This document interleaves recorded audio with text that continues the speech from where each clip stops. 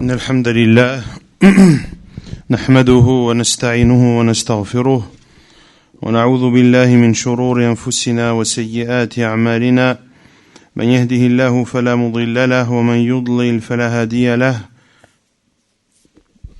وأشهد أن لا إله إلا الله وحده لا شريك له وأشهد أن محمدا عبده ورسوله أما بعد فإن أصدق الحديث كتاب الله تعالى وخير الهدي هدي محمد صلى الله عليه وسلم وشر الأمور محدثاتها وكل محدثة بدعة وكل بدعة ضلالة وكل ضلالة في النار ما بعد. Toujours dans la lecture et la traduction du livre Taysir al-Karim al-Rahman du Cheikh Abdurrahman ibn Nasir al-Sa'di rahimahullah, explication du Coran. Lors du dernier cours, on avait lu l'explication de Surat Al-Shams. Aujourd'hui, Inch'Allah Ta'ala, on entame l'explication de Surat Al-Layl, qui est traduit par Surat la nuit. قال الله تعالى والليل إذا يغشى والنهار إذا تجلى وما خلق الذكر والأنثى إن سعيكم لشتى فأما من أعطى واتقى وصدق بالحسنى فسنيسره لليسرى وأما من بخل واستغنى وكذب بالحسنى فسنيسره للعسرى وما يغني عنه ماله إذا تردى إن علينا للهدى وإن لنا للآخرة والأولى فأنذرتكم نارا تلظى لا يصلاها إلا الأشقى الذي كذب وتولى وسيجنبها الأتقى الذي يؤتي ماله يتزكى وما لأحد عنده من نعمة تجزى إلا ابتغاء وجه ربه الأعلى ولسوف يرضى. Allah subhanahu wa ta'ala dit selon le sens: par la nuit quand elle enveloppe tout, par le jour quand il éclaire, et par ce qu'il a créé mâle et femelle, vos efforts sont divergents. Celui qui donne et craint déclare véridique al-husna, la plus belle récompense, nous lui faciliterons la voie au plus grand bonheur. Quant à celui qui est avare, se dispense, c'est-à-dire de l'adoration d'Allah, et traite de mensonge la plus belle récompense, nous lui faciliterons la voie à la plus grande difficulté. Ses richesses ne lui serviront à rien quand il sera jeté, c'est-à-dire au feu. C'est à nous, certes, de guider. À nous appartient, certes, la vie dernière et la vie présente. Je vous ai donc averti d'un feu qui flambe, où ne brûlera que le damné, qui dément et tourne le dos, alors qu'en sera écarté le pieux, qui donne ses biens pour se purifier, et auprès de qui personne ne profite d'un bienfait intéressé, mais seulement pour la recherche de la face de son Seigneur le Très-Haut, et certes il sera bientôt satisfait. قال الشيخ السعدي رحمه الله تفسير سورة الليل وهي مكية. L'explication de sourate la nuit qui est une sourate mécoise. هذا قسم من الله بالزمان الذي تقع فيه أفعال العباد على تفاوت أحوالهم فقال والليل إذا يغشى أي يعم الخلق بظلامه فيسكن كل إلى مأواه ومسكنه ويستريح العباد من الكد والتعب والنهار إذا تجلى للخلق فاستضاءوا بنوره وانتشروا في مصالحهم وما خلق الذكر والأنثى إن كانت ما موصولة كان إقساما بنفسه الكريمة الموصوفة بأنه خالق الذكور والإناث وإن كانت مصدرية كان قسما بخلقه للذكر والأنثى وكمال حكمته في ذلك أن خلق من كل صنف من الحيوانات أن خلق من كل صنف من الحيوانات التي يريد بقاءها ذكرا وأنثى ليبقى النوع ولا يضمحل وقاد كلا منهما إلى الآخر بسلسلة الشهوة وجعل كلا منهما مناسبا للآخر فتبارك الله أحسن الخالقين. Cheikh Sa'di rahimahullah dit: ceci est un serment d'Allah subhanahu wa ta'ala par le temps et par ces différents moments dans lesquels ont lieu les actes des serviteurs. Et ceci ala tafawuti ahwalihim. Ceci en prenant en compte la diversité des situations de ces serviteurs. Ainsi, chacun est dans une situation particulière à un moment bien donné de la journée. Faqal, il dit subhanahu wa ta'ala, wal-layli idha yaghsha, par la nuit quand elle enveloppe tout. C'est-à-dire, lorsqu'elle englobe toutes les créatures par son obscurité. Ainsi, chacun réside dans sa demeure et son refuge. Et les serviteurs, pendant cette nuit, se reposent suite aux efforts qu'ils ont produits dans la journée. Ils se reposent donc de leur fatigue. وَالنَّهَارِ إِذَا تَجَلَّى, par le jour quand il éclaire, c'est-à-dire quand il éclaire les créatures qui sont illuminées par sa lumière, la lumière du jour, et vaquent ainsi à leurs occupations. وَمَا خَلَقَ الذَّكَرَ وَالْأُنْثَى, et par ce qu'il a créé mâle et femelle. وَمَا خَلَقَ, ici on a vu dans Surat Al-Shams que ma peut être mawsoula et masdariya. Ici on a le même cas de figure. Si ma est mawsoula, alors Allah Azza wa Jal jure par lui-même en tant que créateur qui a créé le mâle et la femelle. Par celui qui a créé le mâle et la femelle. Quand le pronom ma ici est mawsoula. Quand elle est masdariya, alors le sens est qu'Allah Azza wa Jal jure par ces créatures mâles et femelles qui montrent la parfaite sagesse d'Allah subhanahu wa ta'ala dans ces créatures.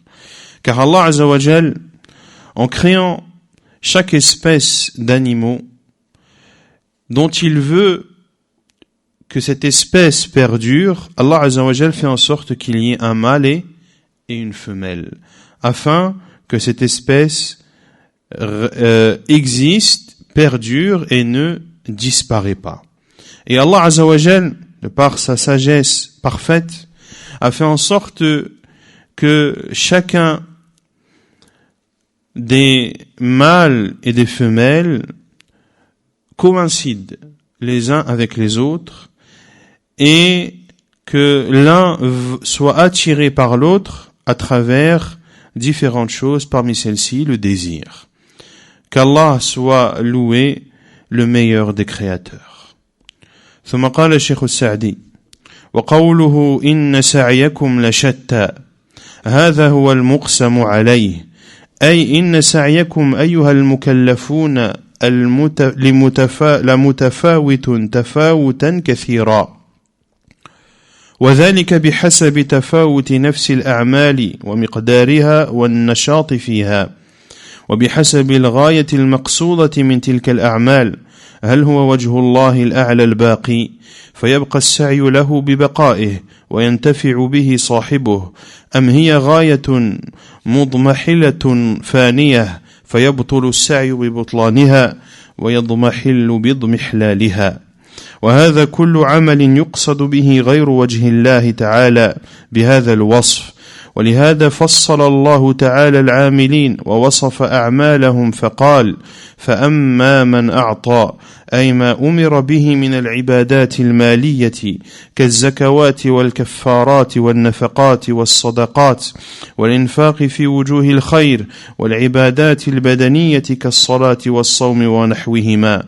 والمركبة منهما كالحج والعمرة ونحوهما واتقى ما نهي عنه من المحرمات والمعاصي على اختلاف أجناسها وصدق بالحسنى أي صدق بلا إله إلا الله وما دلت عليه من جميع العقائد الدينية وما ترتب عليها من الجزاء الأخروي. Puis Allah subhanahu wa ta'ala dit selon le sens, vos efforts sont divergents. Cheikh Sa'di dit, هذا هو المقسم عليه, c'est ce pourquoi Allah a juré. Donc Allah a juré par la nuit quand elle enveloppe, il a juré par le jour quand il éclaire, il a juré par ce qu'il a créé comme mâle et femelle, il a juré pourquoi? Inna sa'yakum la shatta, vos efforts sont divergents. C'est-à-dire que vos efforts, ô vous qui êtes responsables de vos actes, sont divergents, sont différents les uns les autres, d'une grande différence. Et cette différence a lieu dans ces actes en eux-mêmes, dans leur quantité et dans la motivation que vous avez à les faire. Et ces actes diffèrent également dans le but qui est recherché par cela. Est-ce la face d'Allah le Très-Haut qui est recherché? Dans ce cas, l'effort restera comme la face d'Allah Azza wa Jal reste. Et celui qui a produit ces efforts, dans lequel ces efforts qu'il a produits pour la satisfaction d'Allah, eh bien, il en profitera. Ou bien le but est-il éphémère? Dans ce cas, l'effort disparaîtra avec la disparition de cet acte. Et ainsi est la finalité de tout acte pour lesquels la face d'Allah n'est pas voulue. Ils sont amenés, leur finalité est vaine. Pour cela qu'Allah subhanahu wa ta'ala a explicité les différents actes. Et il a dit subhanahu wa ta'ala, فَأَمَّا مَنْ أَعْطَى, celui qui donne, c'est-à-dire celui qui donne ce qu'Allah Azza wa Jal lui a ordonné de donner. Parmi les adorations qui ont un rapport avec l'argent, des adorations financières, comme la zakat, comme les expiations, al-kafarat, comme an-nafaqat, qui sont les dépenses. Parmi les dépenses obligatoires, il y a le fait que, par exemple, l'homme subvienne aux besoins de sa famille. Ceci est une obligation. Was-sadaqat, les aumônes, wal-infaq fi wujuhil khayr, et les dépenses dans les voies du bien. Celui qui donne également à travers des adorations liées au corps, comme la prière, le jeûne et autres. Mais également les adorations qui sont à la fois faites par le corps et qui sont en même temps financières, comme le hajj et la umrah, qui demandent un effort physique et qui demandent aussi que la personne dépense de son argent. Wattaqa, et craint Allah.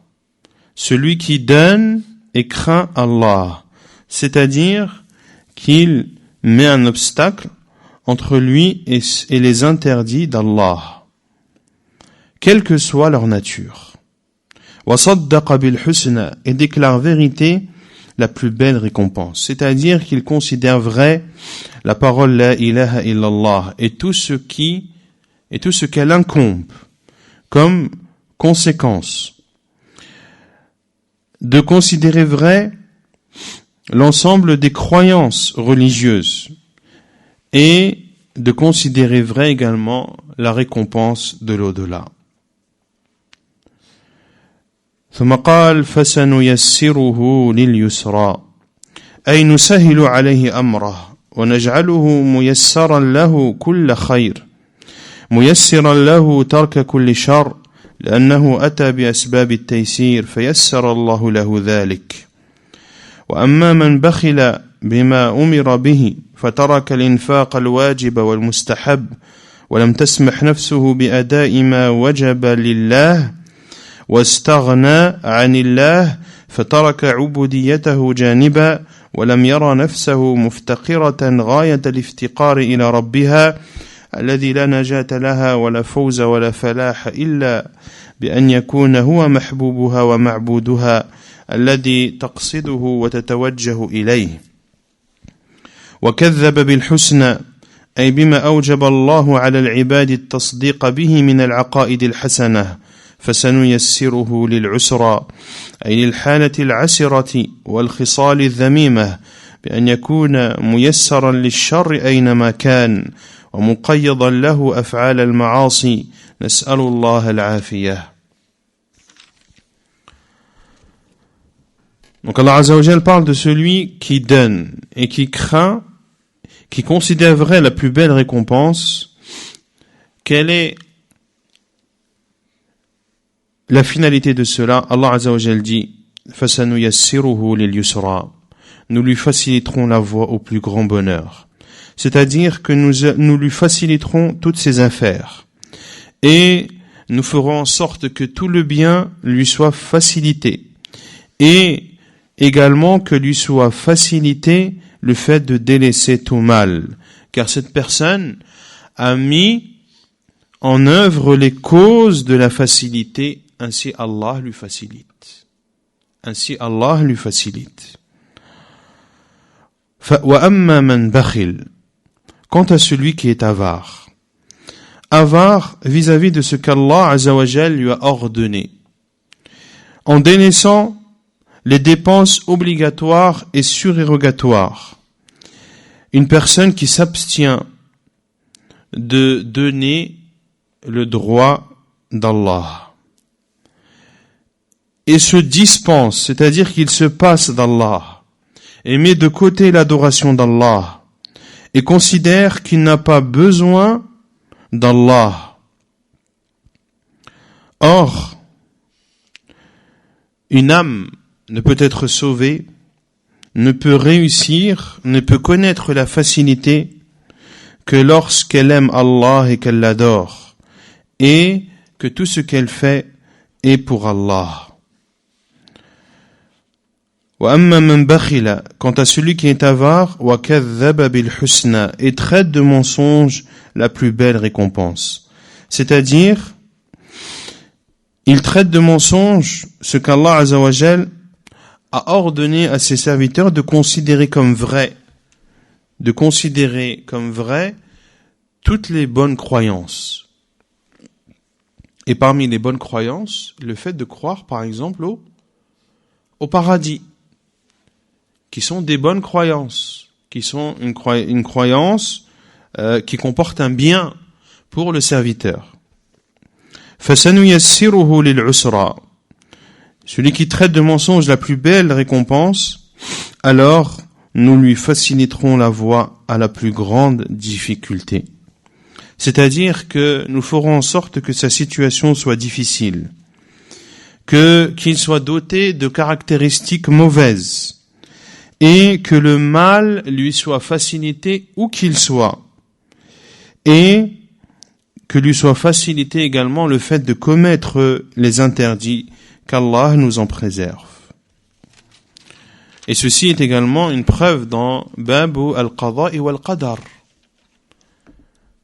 que si tu fais les causes du bien, Allah te facilite vers le bien.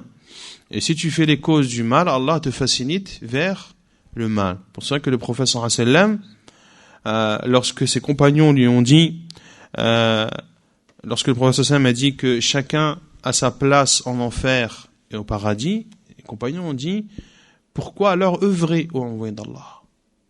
فلما العمل. Le professeur sallam a dit, اعملوا فكل ميسر لما خلق له. Œuvrez, car chacun sera facilité sur ce pourquoi il a été créé. Donc œuvrez, faites des bonnes œuvres et Allah Azza wa Jal vous facilitera la voie vers le bien.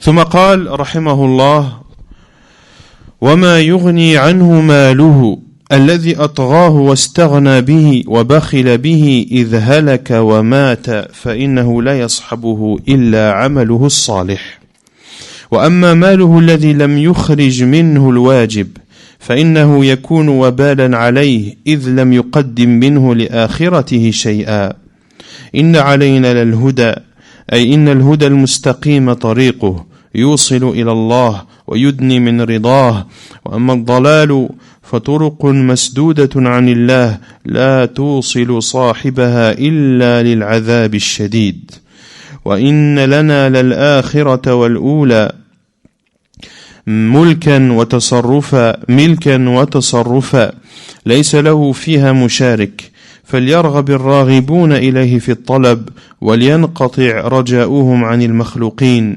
فأنذرتكم نارا تلظى أي تستعير وتتوقد لا يصلاها إلا الأشقى الذي كذب بالخبر وتولى عن الأمر. Puis Allah Azza wa Jal dit, selon le sens, ces richesses ne lui serviront à rien.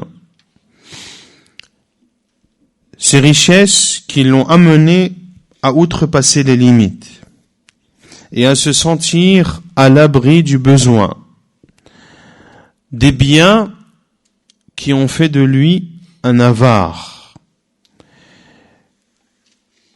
Car, pourquoi est-ce que ces richesses ne lui serviront à rien? Car lorsqu'il mourra, ne sera à ses côtés que ses œuvres pieuses.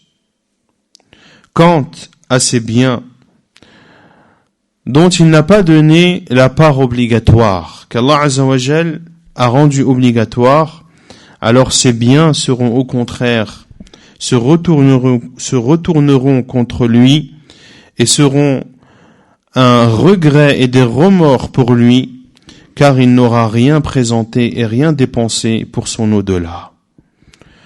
ثم قال, puis Allah Azza wa Jal dit, selon le sens, c'est à nous certes de guider. C'est-à-dire que la voie droite est le chemin qui amène à Allah. C'est le chemin qui rapproche de son agrément. Quant à l'égarement, ce sont des voies sans issue qui n'amènent qu'au châtiment douloureux. Puis il dit subhanahu wa ta'ala, à nous appartient certes la vie dernière et la vie présente. C'est-à-dire que la vie présente et la vie dernière, la vie d'ici-bas et la vie de l'au-delà, appartiennent à Allah, elles font partie de son royaume, mais c'est également Allah Azza wa Jal qui les gère et les administre. Il n'a dans cela aucun associé. Ainsi que ceux qui recherchent cette vie d'ici-bas ou celle de l'au-delà la demandent à Allah et qu'ils s'abstiennent d'espérer des créatures. Puis Allah Azza wa Jal nous avertit. فَأَنذَرْتُكُمْ نَارًا تَلَظَّى. Je vous ai donc averti d'un feu qui flambe, c'est-à-dire d'un feu attisé et d'un feu chauffé. لَا يَصْلَاهَا إِلَّا الْأَشْقَى. Où ne brûlera que le perdu, qui dément, qui traite de mensonge, al-khabar, les informations, c'est-à-dire qu'ont apporté les prophètes d'Allah Azza wa Jal. Et les informations des prophètes, ce sont des révélations. وَتَوَلَّى عَنِ الْأَمْرِ. Et à tourner le dos, c'est-à-dire aux ordres d'Allah subhanahu wa ta'ala. ثم قال رحمه الله وسيجنبها الأتقى الذي يؤتي ماله يتزكى بأن يكون قصده به تزكية نفسه وتطهيرها من الذنوب والعيوب قاصدا به وجه الله فدل هذا على أنه إذا تضمن الإنفاق المستحب ترك واجب كدين ونفقة ونحوهما فإنه غير مشروع بل تكون عطيته مردودة عند كثير من العلماء لأنه لا يتزكى بفعل مستحب يفوت عليه الواجب. Puis Allah Azza wa Jal dit selon le sens alors qu'on sera écarté, c'est-à-dire alors qu'on sera écarté de quoi? De l'enfer. Le pieux qui donne ses biens pour se purifier. C'est-à-dire que ce pieux, en donnant de ses biens, a pour but de purifier sa personne, de purifier son âme des péchés et des défauts. Il donne de ses biens en recherchant la face d'Allah. Ceci prouve que lorsque le fait de faire une dépense surérogatoire en délaissant une dépense obligatoire comme une dette, comme le fait de nourrir sa famille et autres, que ceci n'est pas légiféré. Plus encore, son don ne sera pas accepté, sera rejeté, comme le disent beaucoup de savants. Car on ne se purifie pas par une chose surérogatoire en délaissant une chose obligatoire. Ainsi, il n'est pas légiféré de faire une aumône surérogatoire aux dépens d'une dépense obligatoire. Tu ne vas pas aller donner des aumônes aux pauvres alors que ta famille est dans le besoin. Car de nourrir ta famille, c'est une obligation. Et de nourrir un pauvre et de donner de l'argent fi sabilillah et de dépenser son argent dans les voies du bien, ceci est une chose qui est surérogatoire. Car comme le dit le cheikh, on ne se purifie pas en donnant une aumône obligatoire, en donnant une aumône surérogatoire aux dépens d'une aumône obligatoire. Car ici ce serait un péché. Et un péché ne purifie pas. Au contraire, il salit. ثم قال وما لأحد عنده من نعمة تجزى أي ليس لأحد من الخلق على هذا الأتقى نعمة تجزى إلا وقد كافأه بها وربما بقي له الفضل والمنة على الناس فتمحض عبدا لله لأنه رقيق إحسانه وحده وأما من بقي عليه نعمة للناس لم يجزها ويكافئها فإنه لابد أن يترك للناس ويفعل لهم ما ينقص إخلاصه. وهذه الآية وإن كانت متناولة لأبي بكر الصديق رضي الله عنه بل قد قيل إنها نزلت في سببه فإنه رضي الله عنه ما لأحد عنده من نعمة تجزى حتى ولا رسول الله صلى الله عليه وسلم إلا نعمة الرسول التي لا يمكن جزاؤها وهي نعمة الدعوة إلى الله إلى دين الإسلام وتعليم الهدى ودين الحق فإن لله ورسوله المنة على كل أحد منة لا يمكن لها جزاء ولا مقابلة فإنها متناولة لكل من اتصف بهذا الوصف الفاضل فلم يبق لأحد عليه من الخلق نعمة تجزى فبقيت أعماله خالصة لوجه الله تعالى ولهذا قال إلا ابتغاء وجه ربه الأعلى ولسوف يرضى هذا الأتقى بما يعطيه الله من أنواع الكرامات والمثوبات والحمد لله رب العالمين.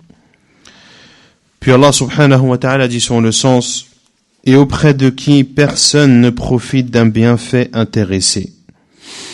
alors qu'en sera écarté le pieux qui donne ses biens pour se purifier et auprès de qui personne ne profite d'un bienfait intéressé. C'est-à-dire que ce pieux qui a dépensé de ses biens pour se purifier, et également la deuxième caractéristique est qu'il a rendu à chaque personne la monnaie du bienfait qu'elle lui aurait accordé.